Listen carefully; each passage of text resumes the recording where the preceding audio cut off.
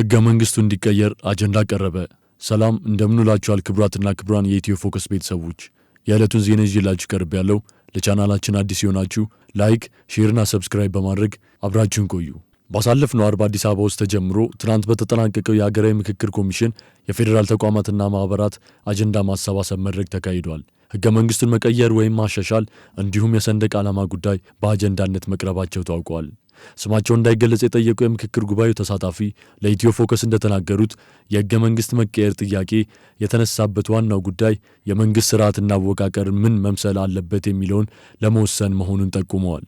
አሁን እየተነሳበት የሚገኘው የመንግሥት ስርዓትና አወቃቀር ፓርላሜንታዊና በጠቅላይ ሚኒስትር የሚመራ ሲሆን ይህ ስርዓት ወደ ፕሬዝዳንታዊ ስርዓት እንዲቀየር አጀንዳ መቅረቡን ምንጫችን ነግሮናል። በመድረኩ የሃይማኖትና ሲቪክ ተቋማት፣ የመንግሥት ተወካዮች፣ ሚዲያ፣ የፖለቲካ ፓርቲዎች፣ የጸጥታና ደህንነት ተቋማት እንዲሁም ማህበራትና ታዋቂ ሰዎችን ያካተተው የፌዴራል ባለድርሻ አካላት የአጀንዳ ማሰባሰብ መድረክ በአጠቃላይ 879 ተወካዮችን በአንድ መድረክ ያገናኘ ነው። በዚህም እንደ ሀገር ለገጠሙ ችግሮች መንስኤ ናቸው የተባሉ ጉዳዮች በምክክር ተለይተው ትናንት እሁድ ለሀገራዊ ምክክር ኮሚሽን ቀርበው ርክክብ ተደርጓል። የባለድርሻ አካላቱን የምክክር አጀንዳ ከተረከቡ በኋላ ለመገናኛ ብዙሃን ጋዜጣዊ መግለጫ የሰጡት የሀገራዊ ምክክር ኮሚሽኑ ዋና ኮሚሽነር ፕሮፌሰር መስፍን አርአያ የቀረቡትን አጀንዳዎች በዝርዝር ከመግለጽ ተቆጥበው በሀገራዊ ምክክሩ የአጀንዳ አሰባሰብ ሂደት ትግራይ ክልልና በውጭ የሚኖሩ ኢትዮጵያውያን ላይ ማተኮር አበይት ቀሪ ስራዎች ናቸው ብለዋል። በዚህ የምክክር መድረክ ተሳታፊ ከነበሩት አንዱ አስተያየታቸውን ለዶቼ ቬለ የሰጡ በኢትዮጵያ ሕዝብ ተወካዮች ምክር ቤት የአማካሪ ኮሚቴ አባል የሆኑት ኡስታዝ ካሚል ሸምሱ ናቸው።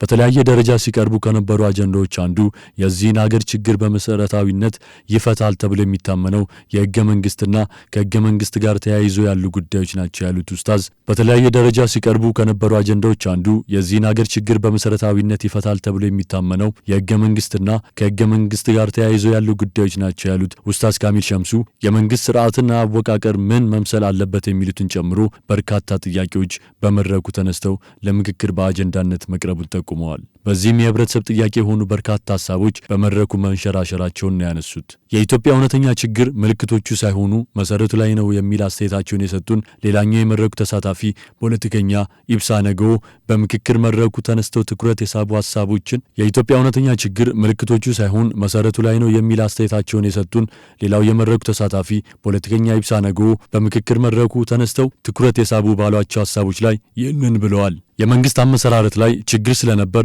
ችግሩ እስካሁን ቀጥሏል ያሉት አቶ ኢብሳ ከሀገር ምስረታው በኋላ እንደ ሀገር ምክክር ተደርጎ አለመታወቁ የቋንቋ የብሔርና የመሬት ጥያቄን ማስነሳቱን በማንሳት በአስተያየታቸው ጠቃቅሰዋል። በኃይል ላይ የተመሰረተ የሀገር ግንባታ የዴሞክራሲ ጉዳይን ማስነሳቱንም የገለጹት አቶ ኢብሳ ይህ አሁን ለተፈጠሩ ጭቅጭቆችና የዴሞክራሲ ጥያቄዎች ምናልባትም መሰረታዊ ምክንያት ሳይሆን እንዳልቀረ በአስተያየታቸው አንስተዋል። በመሆኑም ችግሮችን ለመፍታት ትልቅ ውይይት እንደሚያስፈልግ ገልጸዋል። አስተያየት ሰጪ ተሳታፊዎች አክለውም በመድረኩ የተነሱ አጀንዳዎች አንገብጋቢነትን በማስመልከት በሰጡት አስተያየት ሂደቱም ሆነ የተነሱ አጀንዳዎች ተቀርጸው ለኮሚሽኑ ርክክብ የተደረገው ተስፋን የሚጭር ነው ያሉት ኡስታዝ ካሚል በመድረኩ ያልተነሳ አስፈላጊ ጥያቄ የለም ባይ ናቸው። ከመንግስት ማሻሻያ፣ የማንነት ጥያቄ፣ ፍትሐዊ የኢኮኖሚ አጠቃቀም፣ ባንዲራና የድንበር አከላለል፣ ታሪክና ትርክት ጋር ተያይዞ በርካታ ጥያቄዎች ተነስተው በ8 አበይት ክፍሎች ተሰንደው ለኮሚሽኑ መተላለፋቸውንም አንስተዋል። የኦሮምኛ ቋንቋን የፌዴራል የሥራ ቋንቋ የማድረግ ጥያቄን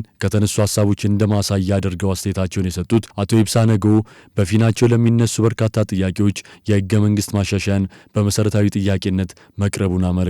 የኦሮምኛ ቋንቋን የፌዴራል የሥራ ቋንቋ የማድረግ ጥያቄን ከተነሱ ሀሳቦች እንደማሳያ አድርገው አስተያየታቸውን የሰጡን አቶ ኢብሳ ነገዎ በፊናቸው ለሚደረጉ በርካታ ጥያቄዎች የሕገ መንግሥት ማሻሻያን በመሰረታዊ ጥያቄነት መቅረቡን አመልክተዋል። ለሚነሱ የወሰኖች አከላለልም ሆነ ለሌሎች ጥያቄዎች መሰረታዊ ምክክር እንደሚያስፈልጋቸውም በአስተያየታቸው አንስተዋል። ትናንት የፌዴራል ባለድርሻ አካላቱን የምክክር አጀንዳ ከተረከቡ በኋላ ለመገናኛ ብዙሃን አጭር ጋዜጣዊ መግለጫ የሰጡት የሀገራዊ ምክክር ኮሚሽኑ ዋና ኮሚሽነር ፕሮፌሰር መስፍን አርአያ የቀረቡትን አጀንዳዎች በዝርዝር ከመግለጽ ተቆጥበው በመገባደድ ላይ ባለው የሀገራዊ ምክክሩ የአጀንዳ አሰባሰብ ሂደት ትግራይ ክልልና በውጭ የሚኖሩ ኢትዮጵያውያን ላይ ማተኮር አበይት ቀሪ ስራዎች ናቸው ብለዋል። ዋና ኮሚሽነሩ ከዚህ ጎን ለጎን እስካሁን በሂደቱ ተሳታፊ ያልሆኑ የፖለቲካ ድርጅቶችና የታጠቁ አካላትን ተሳታፊ የማድረጉ ጉዳይም እንደሚሰራበት ነው የገለጹት። በዚህም እነሱም ወደዚህ አጀንዳቸውን በማምጣት በቀጣይ በሚደረገው የሀገራዊ ምክክር ጉባኤ እነሱም ተሳታፊ ሆነው ሁሉም አሸናፊ ሆነው የሚወጣበትን መንገድ እንዲመርጥ ነው ጥሪ የምናቀርበው ብለዋል። ተመልካቾቻችን ለዛሬ ያዝንላችሁ የመረጃ ጥንቅሮች እነዚህን ይመስሉ ነበር። በሌላ መረጃዎች እስክንገናኝ ሰናይ ቀን።